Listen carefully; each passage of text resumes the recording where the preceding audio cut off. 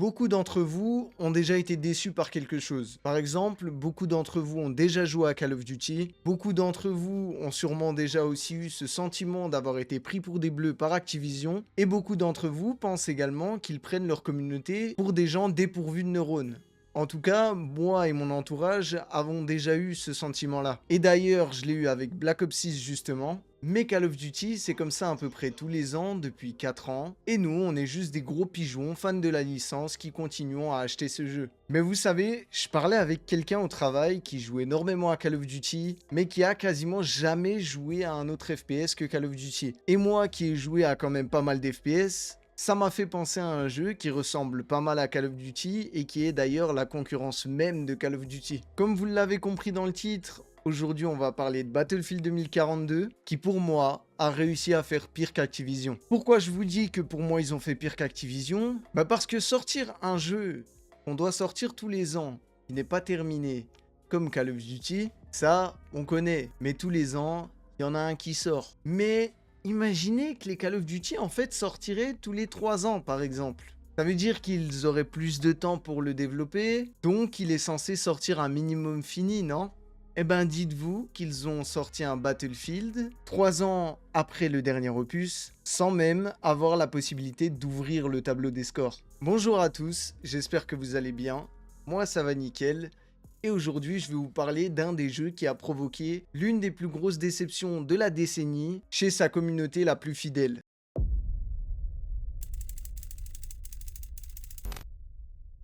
Battlefield, ou appelé BF par la communauté, est une franchise de FPS développée par DICE et publiée par EA. Avec des affrontements à grande échelle, un gameplay stratégique et innovant, il a rapidement eu du succès. La franchise a vu le jour en 2002 avec Battlefield 1942, qui, comme le nom l'indique, se déroule en 1942, en plein milieu de la Deuxième Guerre mondiale. Il rencontrera rapidement le succès car il possédait un style de jeu unique, avec 4 modes de jeu qu'il gardera jusqu'aujourd'hui. Un mode campagne solo, un mode coop où les joueurs affrontaient des bots, du match à mort par équipe, qui comme indiqué dans le nom est un mode de jeu où 2 équipes s'affrontent, et un mode appelé conquête qui est la signature des Battlefield. Le mode coop, c'est une conquête avec des bots. Mais le mode conquête, c'est quoi? C'est un affrontement à grande échelle en 32 contre 32 où les joueurs doivent tenir des points stratégiques sur la carte qui servent de points d'apparition, qui permettent à l'équipe détenant le plus de points d'éliminer l'équipe adverse jusqu'à ce qu'elle n'ait plus de vie. Car les 2 équipes ont un certain nombre de vies attribuées chacune qui permettent de réapparaître. Ça peut varier de 300 jusqu'à 600 vies suivant le nombre de joueurs dans la partie. Je vous rappelle juste un truc, si aujourd'hui avoir des parties avec plus de 100 joueurs sur la même carte c'est devenu normal, on parle d'un jeu sorti en 2002. Et en 2002 c'était déjà fou d'avoir un mode multijoueur, mais un mode multijoueur qui peut accueillir 64 joueurs sur la même carte, c'était juste incroyable. En plus de ça, le jeu offrait un gameplay hors norme avec des batailles classiques terrestres, mais surtout des batailles navales et aériennes. C'est quelque chose qui a donné énormément de crédit sur Battlefield 3 sorti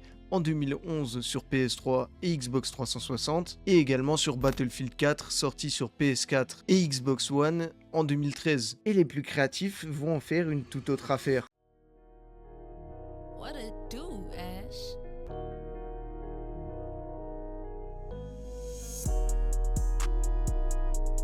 Ce clip, c'est tout simplement le clip le plus iconique de Battlefield. Ce trickshot aujourd'hui compte 18 millions de vues sur YouTube et 376 000 likes. Et si je vous montre ce clip, c'est pas pour rien, c'est parce qu'il a eu sa place dans le trailer de Battlefield 2042.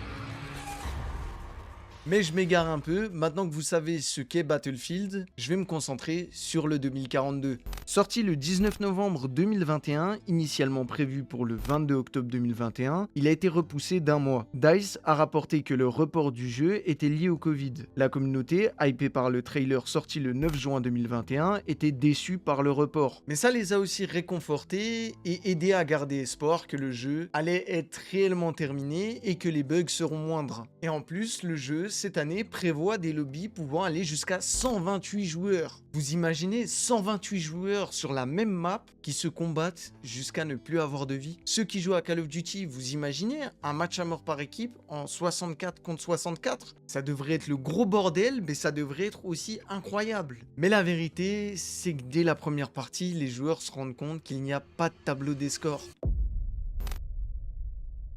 Les crashs sont très nombreux, des quads roulent sur les bâtiments, énormément de cas de triche sont signalés, mais surtout, les fans de la licence se posent la question, où est Battlefield? Car la licence, âgée de presque 20 ans à ce moment-là, a toujours eu des classes classiques comme celle-ci. La classe Assaut, qui est la classe principale, les rushers entre guillemets, qui se joue avec un fusil d'assaut, lance-grenade pour détruire les véhicules ennemis, avec une vie moyenne. Les supports qui vont fournir des munitions, qui se jouent à la mitraillette généralement. L'ingénieur qui va détruire les véhicules ennemis grâce aux lance-roquettes et aux mines anti-chars qu'il possède, et réparer les véhicules alliés qui se jouent avec un fusil d'assaut ou une mitrailleuse généralement. Et pour terminer, l'éclaireur qui, comme vous pouvez vous en douter, est le sniper. C'est normal si vous voyez pas où je veux en venir si vous jouez pas au Battlefield, mais ne vous inquiétez pas, vous allez très vite comprendre. Donc actuellement, vous devez vous poser la question, qu'est-ce qui a bien pu changer? Pourquoi les joueurs se posent cette question si le jeu est bien sorti? Parce que oui, le jeu est bel et bien sorti lorsqu'ils se posent cette question, mais cette question est posée plus dans le sens où est passé l'ADN Battlefield.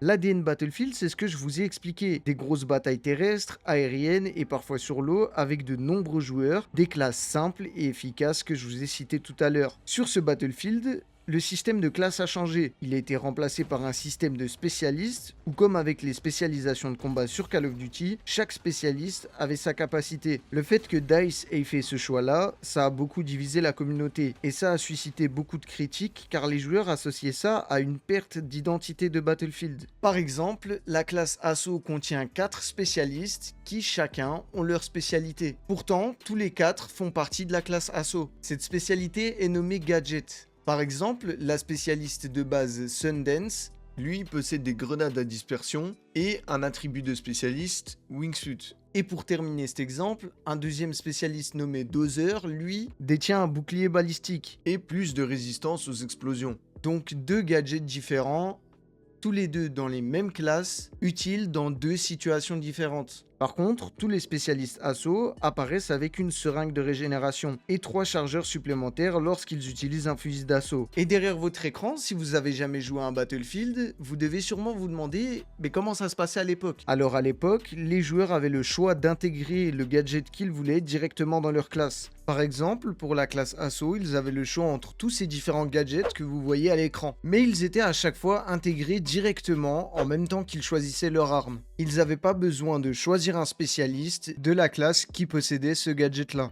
Alors, me demandez pas où est le changement choquant. Moi, personnellement, je trouve pas ça choquant. Ça m'aurait pas dérangé. Si certaines personnes savent pourquoi c'est si choquant que ça, n'hésitez pas à l'écrire dans les commentaires, ça nous permettra de mieux comprendre votre point de vue. Mais dans tous les cas, ça a déplu à une certaine partie de la communauté qui disait que Battlefield avait tenté de recopier les hero shooters. Pour moi, juste avec ça, on aurait pu s'arrêter, parce que oui, Battlefield a beau être un AAA, c'est pas le style de jeu qui va doubler son nombre de joueurs par rapport à son précédent opus. Il fait plutôt partie des styles de jeu qui doivent absolument garder leur base de joueurs solides sur le jeu pour en ramener des nouveaux. Mais vous vous doutez bien que c'est pas terminé. Un manque de contenu à la sortie du jeu a également été signalé par les joueurs.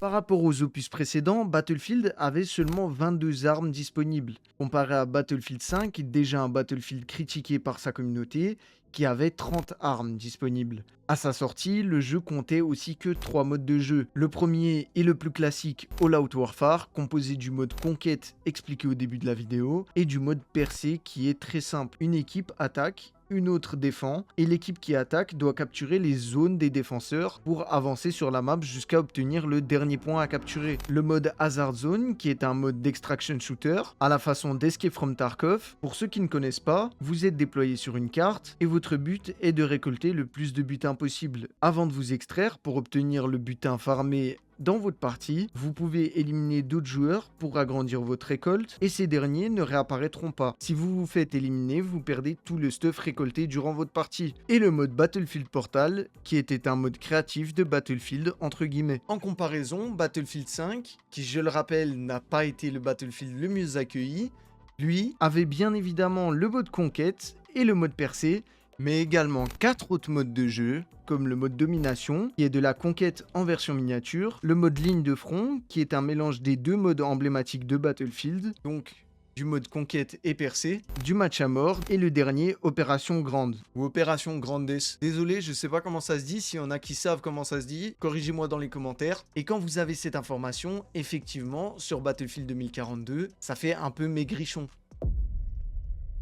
Le fait que le jeu ait été repoussé, je pense que ça a limité la casse, mais ça a même pas amélioré grandement le jeu. Les développeurs communiquaient également très peu sur les patch notes à venir, et ça en a frustré plus d'un. Quand un jeu sort sans tableau des scores et qu'aucun correctif ou d'ajout n'est annoncé dans la semaine, c'est très difficile à tanker quand on est fan d'une licence. Même si énormément de correctifs ont été faits par la suite, il était déjà trop tard. Dites-vous que le tableau des scores est arrivé un mois après la sortie du jeu. Énormément de joueurs sont retournés sur des classiques Battlefield après ça, et le jeu a subi une perte de joueurs quasiment instantanée. Moi, j'avais acheté le jeu à sa sortie, hypé par un pote très fan de la licence, et même lui a été déçu. Et il a carrément toujours ce sentiment en travers de la gorge. Moi-même, j'avais pas vraiment aimé cette expérience sur Battlefield, qui par ailleurs était ma première expérience de Battlefield, et jugez pas, faut bien commencer quelque part. Et si je sais qu'il l'a encore en travers de la gorge, c'est parce qu'on en a parlé récemment, car DICE viennent de sortir les premières images du prochain Battlefield et annonce travailler sur ce dernier activement. D'ailleurs, EA annonce le jeu au cours de l'expérience fiscale, qui débutera le 1er avril 2025 et qui se terminera le 31 mars 2026. Et pour le coup, les images sont juste incroyables. Le jeu me hype malgré que je ne sois pas très Battlefield à la base. En ce moment, je tourne assez vite en rond niveau jeu vidéo, donc j'espère des sorties de jeu avec un style un peu différent par rapport à ce que je joue habituellement. Il y a une chose qui me fait souci, c'est que les jeux dans ce style sont très souvent sortis en octobre-novembre. Ça semble un peu précipité vu le jeu qui est prévu, donc j'espère qu'ils ne feront pas l'erreur de le sortir à ce moment-là, surtout car je vous rappelle qu'à ce moment-là, il devrait normalement y avoir GTA 6 qui sort. Et pour le coup, entre jouer à GTA 6 que j'attends depuis une dizaine d'années, et Battlefield, un jeu où j'ai quasiment jamais joué de ma vie, et où ma première expérience n'était pas folle, le choix est très vite fait pour ma part, et je pense que ça sera le cas de 90% des joueurs. Parce qu'honnêtement ici, qui n'attend pas GTA 6? On sait tous que ça sera un énorme banger, et qu'il faut pas sortir son jeu en même temps qu'il sort. Sinon, t'es destiné à bider. C'est quasiment sûr. Donc voilà les gars, j'espère que vous avez kiffé cette vidéo. Si oui, n'hésitez pas à me donner votre avis dans les commentaires et à lâcher un petit pouce bleu. N'hésitez pas à vous abonner à la chaîne aussi, ça fait toujours plaisir. Rejoignez-moi sur Twitch et Discord pour ne rien rater. Je stream de temps en temps, donc ça fait plaisir si tu passes. Et donc moi je te souhaite une bonne journée ou une bonne soirée. Bisous.